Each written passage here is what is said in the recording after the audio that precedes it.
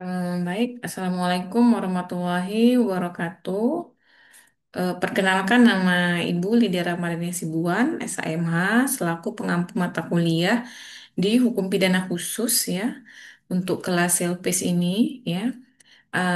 Dan sebelum kita mulai, mari kita mengucapkan salawat ya, beriringkan salam kepada junjungan kita, baginda Rasulullah Muhammad SAW ya.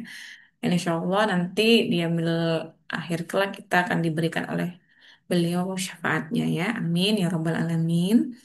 Nah, untuk mata kuliah hukum pidana khusus ini ya, materi yang akan Ibu sampaikan pada pertemuan pertama ini itu adalah berkaitan dengan pengertian dari tindak pidana khusus dan juga berkaitan dengan ruang lingkup ya, ruang lingkup di tindak pidana khusus. Nah, sebelum kita ke materi ya, terlebih dahulu Ibu akan menjelaskan tentang kontrak perkuliahan dulu ya.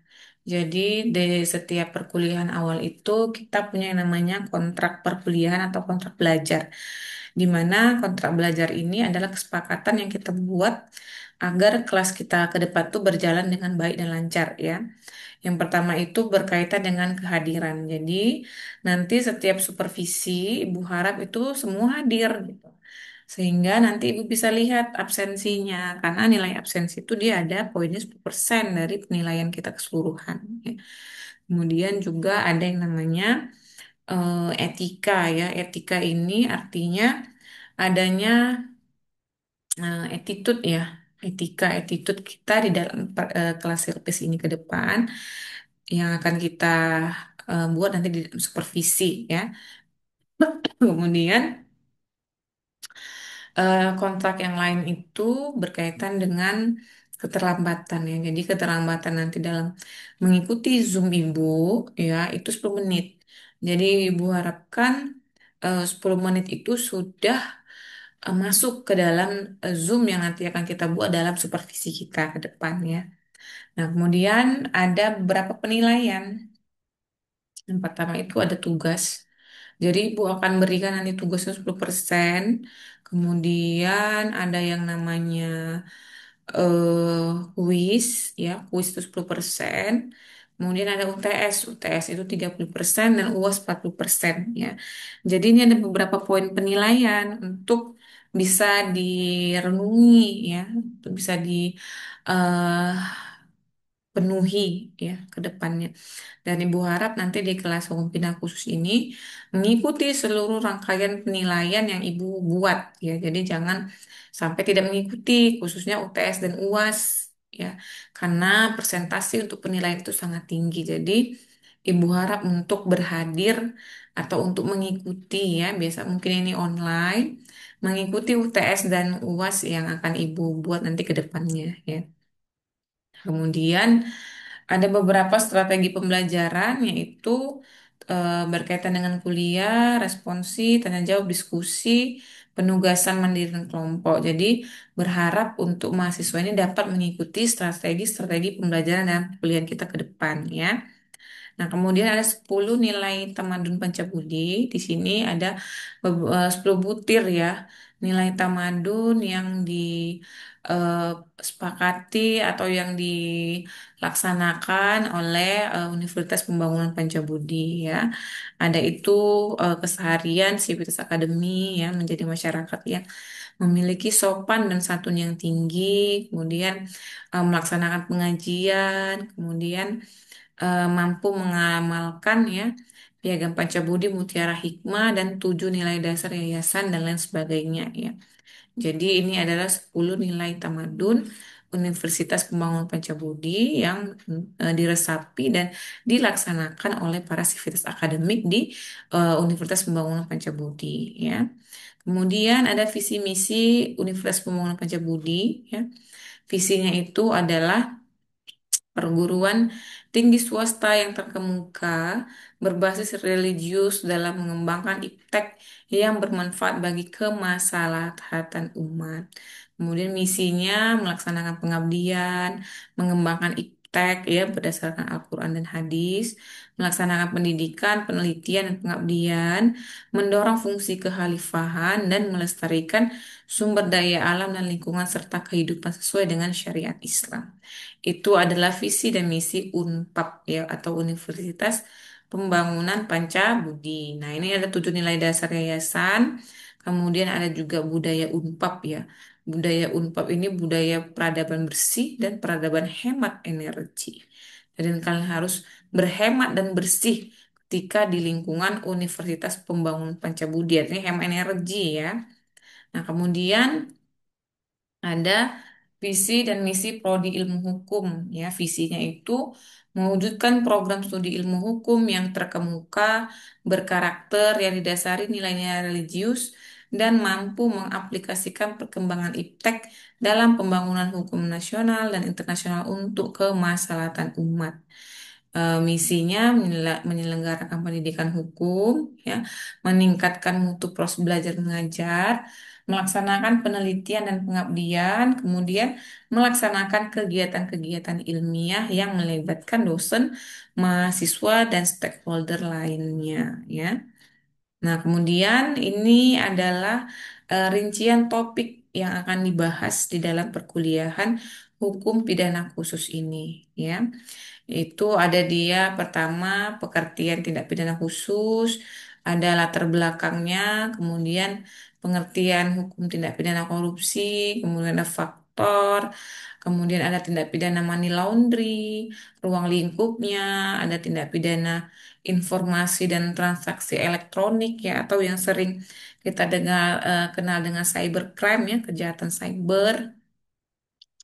Ada tindak pidana terorisme, ada tindak pidana narkotika, kemudian ada ruang lingkup dan pengertian tindak pidana anak, ada ruang lingkup dan pengertian tindak pidana perdagangan orang, dan ada ruang lingkup dan pengertian tindak pidana kekerasan dalam rumah tangga atau KDRT ya.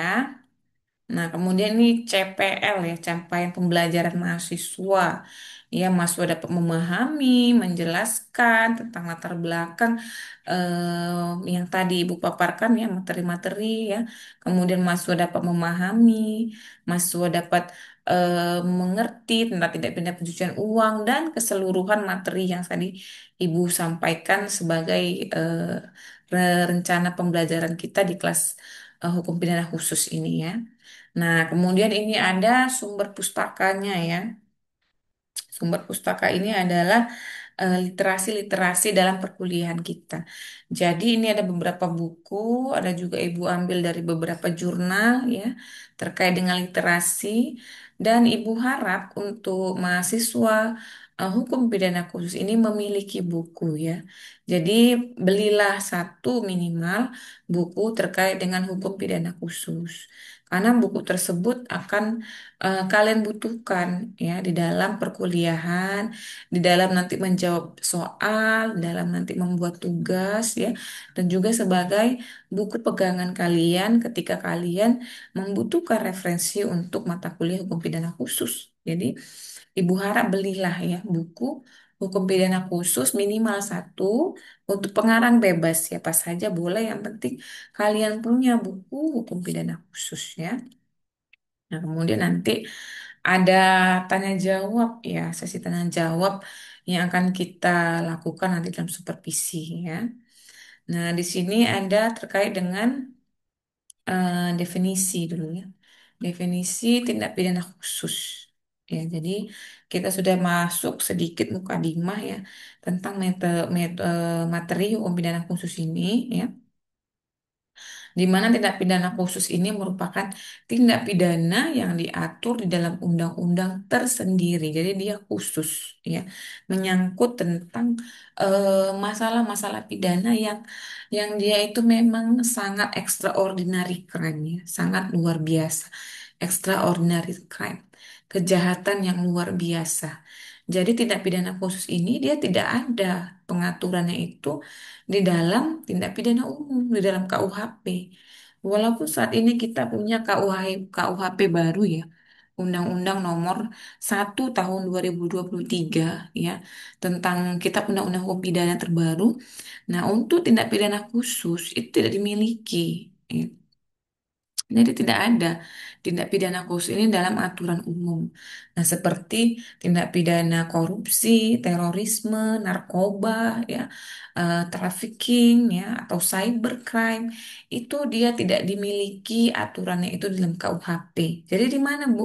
Dia memiliki aturan tersendiri di luar daripada KUHP. Itulah dia undang-undang khusus, ya, tindak pidana khusus. Jadi lex specialis, derogat, lex generalis. Aturan yang khusus mengenyampingkan aturan yang umum. Nah, jadi di dalam tindak pidana khusus ini dia tersendiri. Undang-undang yang misalnya undang-undang perlindungan anak gitu ya, undang-undang tentang pidana anak ya. Ini dia tersendiri. Dia tidak ada dalam KUHP walaupun misalnya di dalam KUHP itu ada pasal tentang pencabulan ya atau ada pasal tentang misalnya penganiayaan terhadap anak, tetap rujukannya itu ketika dia diaplikasikan di dalam peradilan atau di dalam BAP gitu ya, berita acara kepolisian, maka yang digunakan itu adalah Undang-Undang Perlindungan Anak, undang-undang yang khusus gitu ya. Nah, kemudian tindak pidana khusus ini dibedakan dari tindak pidana umum pasti ya, karena tindak pidana khusus ini dia melibatkan korban yang lebih banyak, kerugian yang lebih besar, dampak yang lebih luas, maka undang-undang yang mengatur tindak pidana khusus ini sering itu lebih memiliki spesifikasi sanksi yang lebih berat, serta prosedur yang lebih ketat dalam penanganannya. Kenapa? Karena efeknya juga extraordinary crime. Ya, kejahatan luar biasa. Ya. Extraordinary crime. Maka peraturan, pengaturan yang diberlakukan juga harus yang khusus gitu ya.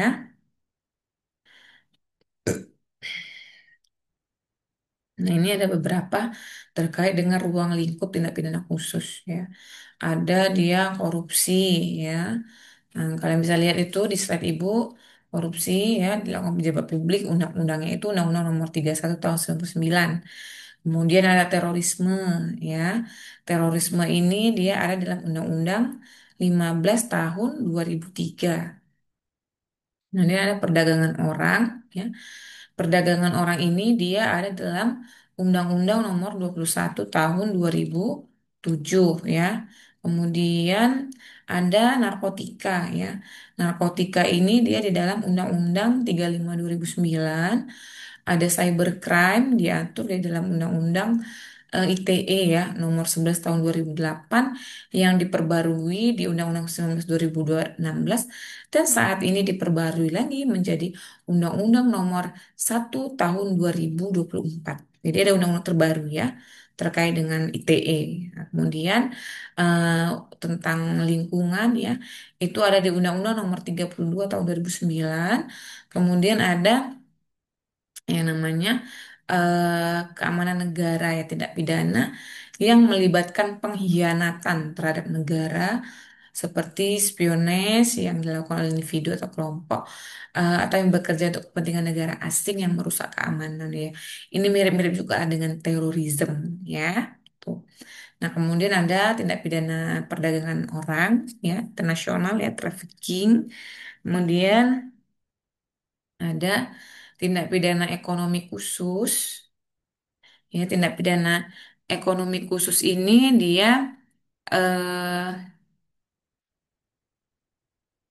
tindak pidana ekonomi khusus dia melibatkan ya beberapa eh, kegiatan-kegiatan berkaitan dengan ekonomi sebagai seperti penggelapan pajak ya, penipuan di pasar modal dan manipulasi harga dan sebagainya ya. Kemudian ada tanya jawab ya. Jadi nanti di dalam perkuliahan kita itu akan ada tanya jawab ya. Bisa mengenai pengertian, bisa mengenai pengaturan, bisa mengenai peran aparat. Jadi nanti akan ada tanya jawab di setiap supervisi. Bu harap kalian bisa lebih aktif nanti ya. Oke. Dan mungkin sekian ya. Terima kasih karena slide kita sudah habis ya. Jadi cukup sekian mungkin presentasi dari Ibu ya. Ibu harap perkuliahan ini bisa kalian pahami, bisa dimengerti ya, dan nanti ketika supervisi kita bisa melakukan sharing-sharing, tanya jawab ya, atau mungkin hal-hal yang berkaitan dengan hukum pidana khusus ini. Sekian dari Ibu, Ibu ucapkan terima kasih untuk perhatiannya. Assalamualaikum warahmatullahi wabarakatuh. Izin ya, Ibu akhiri perkuliahan kita. Terima kasih.